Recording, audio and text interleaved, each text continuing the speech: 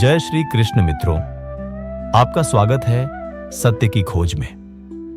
हे कृष्ण, जो भी भक्त इस वाणी को सुन रहा है उसके जीवन में शांति और प्रकाश बना रहे। यहां हम गीता के उन सूक्ष्म संदेशों को सुनते हैं जो शांति, संतुलन और सत्य का रास्ता दिखाते हैं। जब दुनिया तुम्हारी पहचान भूल जाए तो ईश्वर तुम्हें तुम्हारे वास्तविक स्वरूप से मिलाता है। कभी कभी सब कुछ खो देने का अनुभव असल में खुद को पा लेने की शुरुआत होती है। जिस क्षण कोई तुम्हारा नाम न पुकारे उस क्षण तुम्हारा मन अपने मूल स्वरूप को पुकारता है।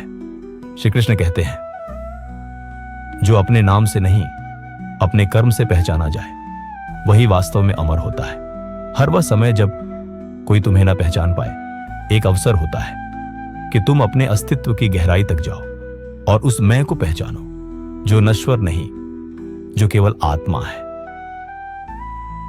जब कोई तुम्हारे प्रेम को नहीं समझे तो यह मत समझो कि प्रेम व्यर्थ गया। प्रेम कभी नष्ट नहीं होता, वह केवल रूपांतरित होता है।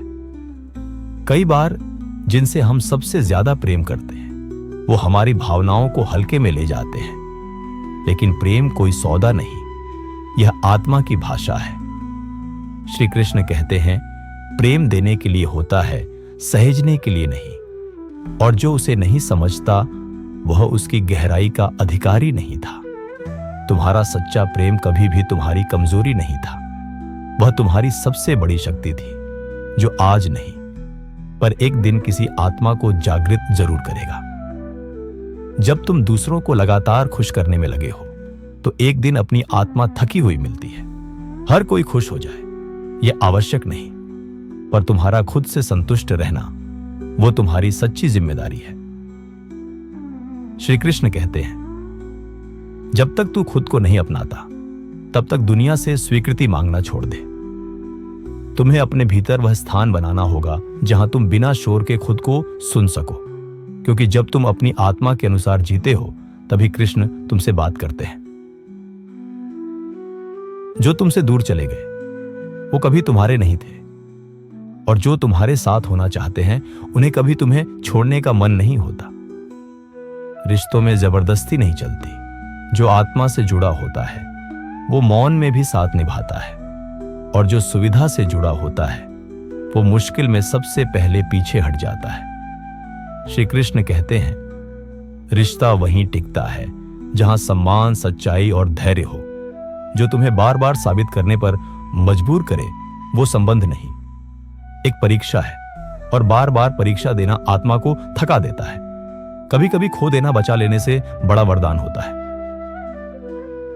हर बार जब तुम हार मानने लगो तो एक पल के लिए मौन हो जाओ और भीतर वह आवाज सुनो जो कहती है, तू रुका क्यों है अर्जुन, युद्ध अभी बाकी है। श्री कृष्ण की सबसे प्रिय वाणी तभी सुनाई देती है जब सारी आवाजें शांत हो जाती हैं। हारना बाहरी घटना है, पर हार मान लेना आंतरिक निर्णय होता है।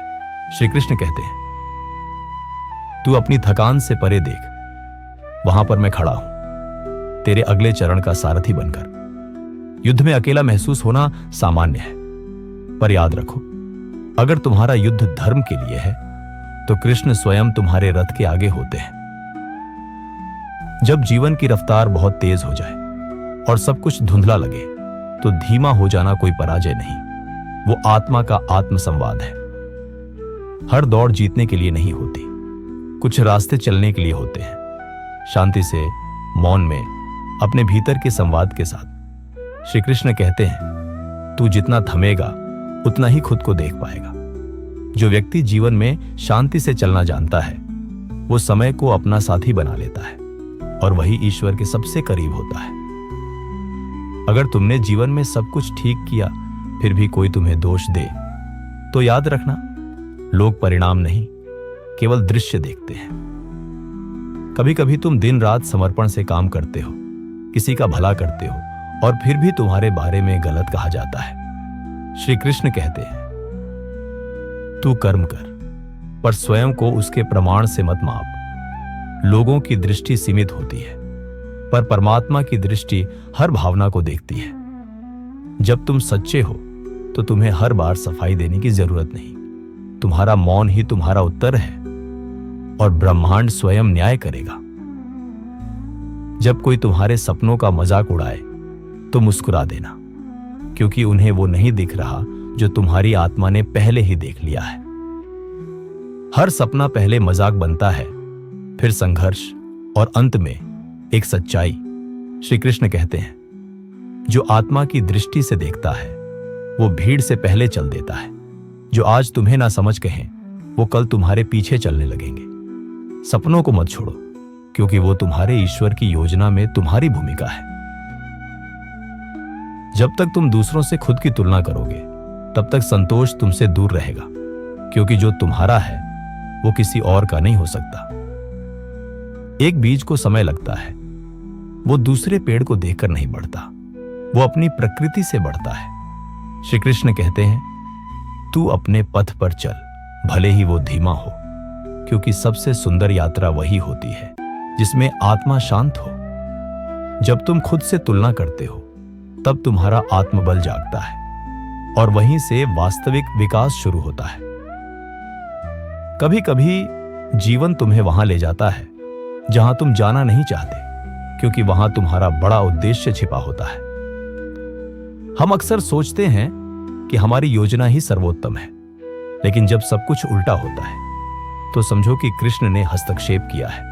श्री कृष्ण कहते हैं, जब मैं तेरी योजना तोड़ता हूं तो उसमें तुझे नहीं, तेरी आत्मा को बचाता हूं। हर अनचाहा मोड़ एक अवसर होता है ईश्वर की योजना में उतरने का। जो तुम नहीं चाह रहे, शायद वही तुम्हारे लिए सबसे जरूरी है।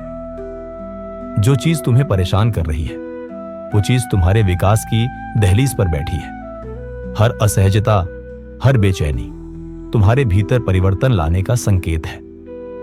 श्री कृष्ण कहते हैं, आराम आत्मा को सुस्त बना देता है और असहजता उसे चेतना देती है। अगर कोई परिस्थिति तुम्हें अंदर से हिला रही है तो यह मत समझो कि तुम टूट रहे हो, समझो कि तुम पुनः आकार ले रहे हो। जिसे तुम संकट मान रहे हो वो ईश्वर का निर्माण हो सकता है। जब तुम्हें लगे कि सब कुछ खो गया है तो कुछ पल मौन रहो। शायद तुमने दुनिया को खोया है लेकिन खुद को पा लिया है। श्री कृष्ण कहते हैं, जो अकेले में मुस्कुरा सकता है वही वास्तव में मुक्त है। तुम्हें किसी की स्वीकृति नहीं चाहिए अगर तुम अपने साथ ठीक हो। हर अकेलापन एक तपस्या है जो भीतर के प्रकाश से मिलवाने आती है। और जब सब समाप्त हो जाए, रिश्ते, योजनाएं, सपने, ताकत, तभी एक चीज बाकी रहती है, कृष्ण की शरण। जब तुम थक जाओ, टूट जाओ और कुछ शेष न रहे तो वहीं से एक नई यात्रा शुरू होती है।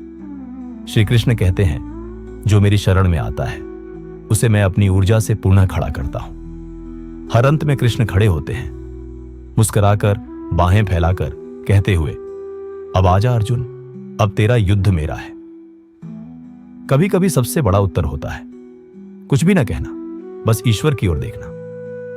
शब्दों की सीमा होती है पर मौन की गहराई नहीं। जब तुम्हारा मन सवालों से थक जाए तो कृष्ण को देखो, उनकी मुस्कान ही समाधान है।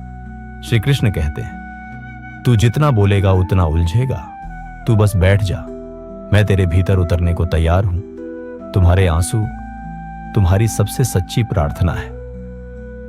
जब दुनिया से उम्मीदें टूट जाएगी तो एक बात याद रखना, श्री कृष्ण कभी छोड़ते नहीं। लोग साथ आते हैं फिर चले जाते हैं, पर एक वही है जो तुम्हारे भीतर भी चलता है और तुम्हारे साथ भी। श्री कृष्ण कहते हैं, मैं तब भी तेरे साथ था जब तूने सोचा अब कोई नहीं है। जो तुझे कभी दिखा नहीं, पर हर बार तू गिरा और उठ गया तो समझ ले कोई था जो तुझे थाम रहा था। हर दिन, हर क्षण तुम्हारे पास यह चुनाव होता है, डर के साथ जियो या प्रेम के साथ। श्री कृष्ण कहते हैं, डर तुम्हें बांधता है और प्रेम तुम्हें मुक्त करता है। तुम्हारा निर्णय ही तुम्हारी दिशा है। तुम जैसे सोचते हो वैसे ही तुम बनते हो, और जैसे बनते हो वैसे ही कृष्ण तुम्हारे भीतर गूंजते हैं। और अंत में, जब तुम सब कुछ समझकर फिर भी मौन रहो, सब कुछ जानकर भी नम्र रहो और सब कुछ पाकर भी ईश्वर को पहला स्थान दो, तो समझो कि तुमने जीवन को समझ लिया है। श्री कृष्ण कहते हैं, ज्ञान वह है जो तुम्हें भीतर झुकाता है, ऊंचा नहीं करता, और प्रेम वह है जो तुम्हें सब में मुझे देखने की दृष्टि देता है। जब तुम्हारे जीवन का केंद्र मैं से हटकर कृष्ण बन जाए, तब तुम्हारा संघर्ष साधना में बदल जाता है। अगर इन विचारों ने आपके मन को छुआ है तो जानिए, यह तो बस एक अध्याय था। श्री कृष्ण के 108 विचारों की पूर्ण यात्रा अब एक ही वीडियो में संपूर्ण रूप में उपलब्ध है। हर भावना, हर संदेश एक साथ, एक प्रवाह में।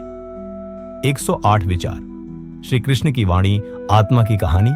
उस पूरी यात्रा को जरूर देखिए। लिंक नीचे डिस्क्रिप्शन और कमेंट में दिया गया है। जय श्री कृष्ण।